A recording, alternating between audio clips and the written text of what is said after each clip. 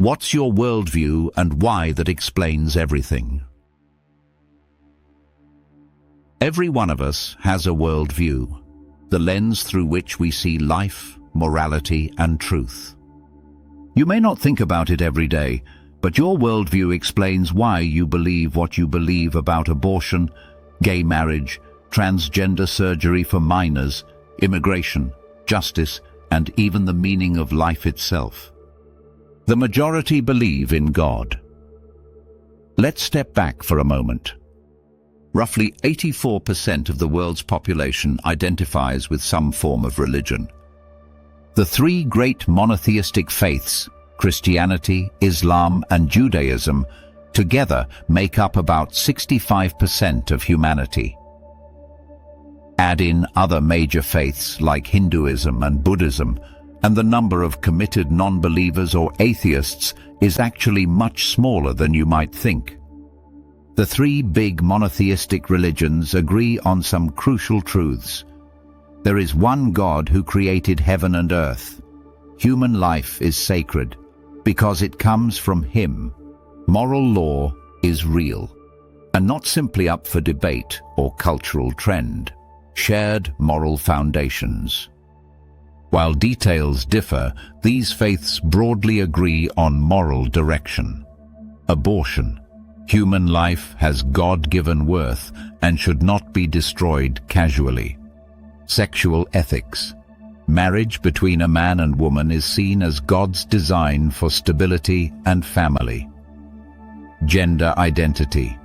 God created humans male and female, something not meant to be altered at will. Immigration and outsiders. The foreigner is to be treated with dignity, but law and order also matter. This common ground shows something profound. The rift in our society is not primarily political, but spiritual.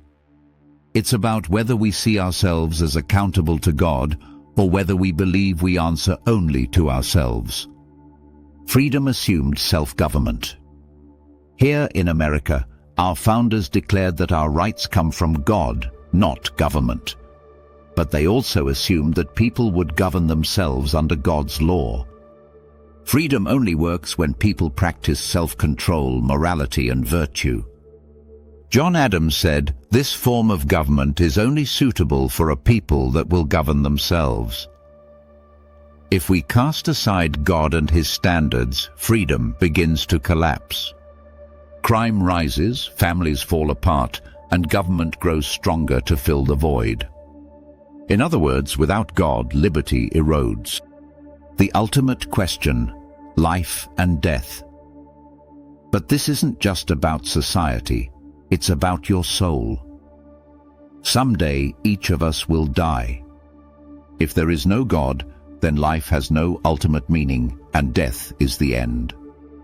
But if there is a God, and the vast majority of the world believes there is, then eternity awaits. To die without God is to face judgment and separation from Him forever. That should shake us to our core. But the good news is that God has revealed Himself and offers forgiveness, hope, and eternal life. Conclusion. So here's the real question. What's your worldview? Is it grounded in the idea that there is a God who gave us life, law, and liberty? Or is it grounded in shifting human opinion? Most of the world believes in God. The three great religions agree on life's sacredness, on moral boundaries, and on accountability to our Creator.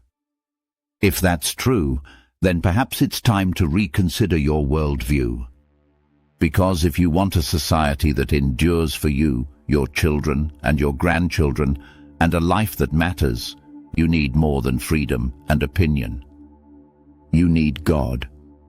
Happy is the nation whose God is the Lord.